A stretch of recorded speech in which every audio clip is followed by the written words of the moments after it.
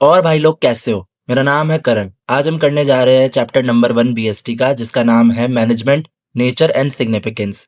तो चलिए शुरू करते हैं। सबसे पहली बात, मैनेजमेंट होता क्या है?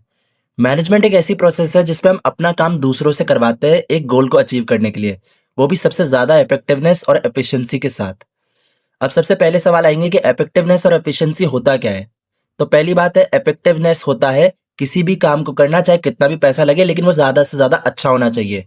और एफिशिएंसी होता है किसी भी काम को करना मगर मिनिमम कॉस्ट के साथ में। यानी कि इफेक्टिवनेस में काम अच्छा होना चाहिए और एफिशिएंसी में पैसा कम से कम लगना चाहिए। अब बात करते हैं फीचर्स ऑफ मैनेजमेंट की। मैनेजमेंट के 6 फीचर्स होते हैं। सबसे पहला है goal oriented. Management goal oriented होता है क्योंकि हर एक फर्म अपना गोल बनाती है। सपोज मेरी एक फर्म है और मेरा गोल है कि मुझे इस साल के एंड तक 1 करोड़ कमाने हैं। अगर मैंने 1 करोड़ कमा लिए, इसका मतलब है मेरा मैनेजमेंट बहुत ज़्यादा अच्छा है। नेक्स्ट पॉइंट है परवेसिव। परवेसिव यानी कि हर जगह प्रेजेंट होना। मैनेजमेंट हर जगह प्रेजेंट होता है, चाहे कोई भी ऑर्गेनाइजेशन कितनी भी बड़ी हो, चाहे कितनी भी छोटी हो, चाहे ऑर्गेनाइजेशन हो, बिजनेस हो, हॉस्पिटल हो, स्कूल, मगर मैनेजमेंट हर जगह प्रेजेंट होता है। फिर बात करते हैं मल्टी डायमेंशनल की। मल्टी डायमेंशनल यानी कि मैनेजमेंट के एक से कई ज़्यादा पार्ट्स होते हैं। वैसे तो मैनेजमेंट के मोस्टली 3 पार्ट्स होते हैं: management of work, management of people and management of operations. Management of work में हम मोस्टली उन गोल्स पर फोकस करते हैं जो फर्म ने डिसाइड करे हैं अचीव करने के लिए। और मैनेजमेंट ऑफ पीपल के अंदर हम उन लोगों को मैनेज करते हैं जो लोग उस गोल को अचीव करेंगे। और लास्ट में जब हम इस वर्क और पीपल दोनों को कंबाइन करके उन गोल्स को अचीव करते हैं, तब उसे बोलते हैं मैनेजमेंट ऑफ ऑपरेशंस। अब बात करते हैं कंटिन्यूअस प्रोसेस की। मैनेजमेंट एक कंटिन्यूअस प्रोसेस है बिकॉज फर्म में जब एक गोल अचीव हो जाता है तब ऐसा तो है नहीं कि फर्म का एंड गोल अचीव हो गया इसका मतलब सब कुछ खत्म। नहीं, आगे और गोल्स डिसाइड किए जाते हैं और उन गोल्स को अचीव करने के लिए जब हम मैनेजमेंट करते हैं तब एक कंटिन्यूटी बनी रहती है। इसीलिए मैनेजमेंट एक कंटिन्यूअस प्रोसेस है। फिर आता है ग्रुप एक्टिविटी।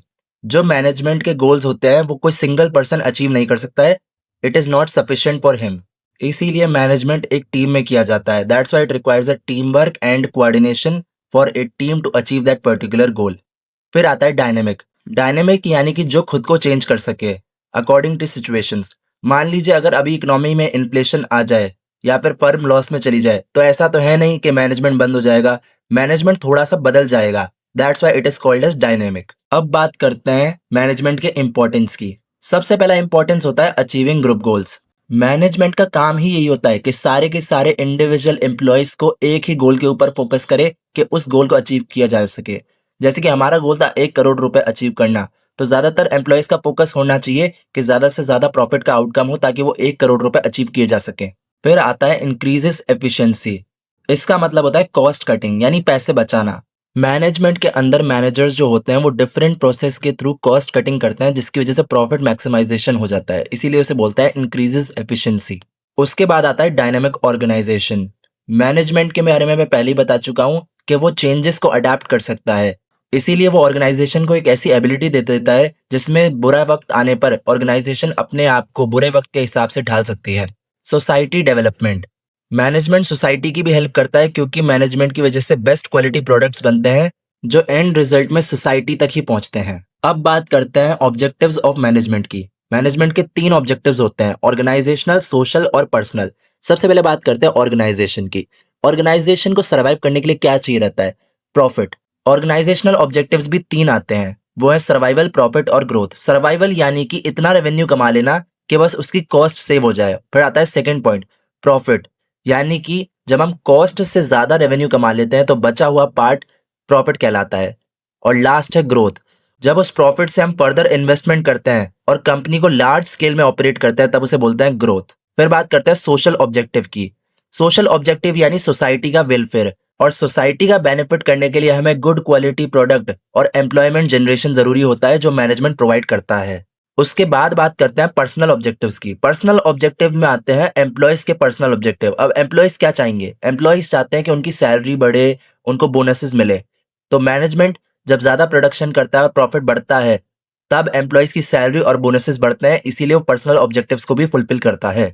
अब बात करते हैं लेवल ऑफ मैनेजमेंट की। मैनेजमेंट के 3 लेवल्स होते हैं: टॉप, मिडिल और ऑपरेशनल। टॉप लेवल में आते हैं कंपनी के हेड यानी कि CEO, chairman, board of director etcetera. ये सब क्या करते हैं, ये सब बनाते हैं कि रूल्स क्या हैं, ऑब्जेक्टिव्स क्या अचीव करने हैं, क्या कैसे काम होना चाहिए। फिर आता है middle level. Middle level work करता है टॉप लेवल के ऑब्जेक्टिव्स और रूल्स के हिसाब से। और लास्ट में आता है operational level. Operational level middle level से गाइडेंस लेता है और लास्ट में लेबर्स और वर्कर्स से काम करवाता है उन गोल्स को अचीव करने के लिए, जो फाइनल एंड गोल है ऑर्गेनाइजेशन का अचीव करने के लिए। अब बात करते हैं फंक्शंस ऑफ मैनेजमेंट की। मैनेजमेंट के 5 फंक्शंस होते हैं। सबसे पहला प्लानिंग। प्लानिंग यानी कि पहले ही फ्यूचर में डिसाइड कर लेना कि हमें आगे क्या करना है। जैसे मैं आज ही डिसाइड कर लेता हूं कि कल मुझे पार्टी में जाना है, यानी ये हो गई मेरी प्लानिंग। फिर आता है ऑर्गेनाइजिंग। ऑर्गेनाइजिंग यानी कि हर एक रिसोर्स, रिसोर्स यानी कि डेस्क और मान लीजिए एम्प्लॉय, तो उसको उसकी जगह पे असाइन कर देना, यानी कि हर एक रिसोर्स को सही जगह पे एलोकेट करना होता है ऑर्गेनाइजिंग। फिर आता है स्टाफिंग। स्टाफिंग यानी कि finding the right person for the right job, यानी कि मुझे एक ऐसा बंदा ढूंढना है जो किसी काम को बहुत अच्छे से कर सके। फिर आता है डायरेक्टिंग। डायरेक्टिंग यानी कि लीड करना, मोटिवेट करना, इन्फ्लुएंस करना एम्प्लॉयज को, ताकि वो गोल्स को बेटर अचीव कर सके। और लास्ट में आता है कंट्रोलिंग। कंट्रोलिंग यानी कि एम्प्लॉयज को चेक करना कि वो गोल्स को सही से अचीव कर भी रहे हैं या नहीं, और मान लीजिए अगर कोई डिफरेंस आ रहा है गोल को अचीव करने में, तो उनकी हेल्प करना उस गोल को अचीव करने के लिए। अब बात करते हैं नेचर ऑफ मैनेजमेंट की। मैनेजमेंट के 3 नेचर होते हैं, आर्ट, साइंस एंड प्रोफेशन। सबसे पहले बात करते हैं आर्ट की। इसे आर्ट क्यों कहा जाता है? क्योंकि इसमें क्रिएटिविटी होती है, यानी कि थ्योरी का इन्वॉल्वमेंट होता है। For example music and painting. अब बात करते हैं साइंस की। इसे साइंस इसलिए कहा जाता है क्योंकि इसमें एक सिस्टमैटिक बॉडी ऑफ नॉलेज होती है, जिसमें सारे के सारे रूल्स एंड रेगुलेशंस लिखे होते हैं कि एम्प्लॉयज को कैसे वर्क करना है और क्या गोल अचीव करना है। और लास्ट में आता है प्रोफेशन।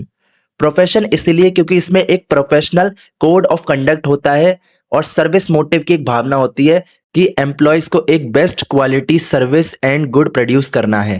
अब बात करते हैं कोऑर्डिनेशन की। Coordination is the process which integrates group efforts, यानी कि जो प्रोसेस लोगों के एफर्ट्स को एक साथ लाती है किसी गोल को अचीव करने के लिए, उसे कहते हैं कोऑर्डिनेशन। अब बात करते हैं कोऑर्डिनेशन के फीचर्स की। सबसे पहला है ग्रुप एफर्ट्स को इंटीग्रेट करना, यानी कि अलग अलग लोगों के एफर्ट्स को एक साथ लाना।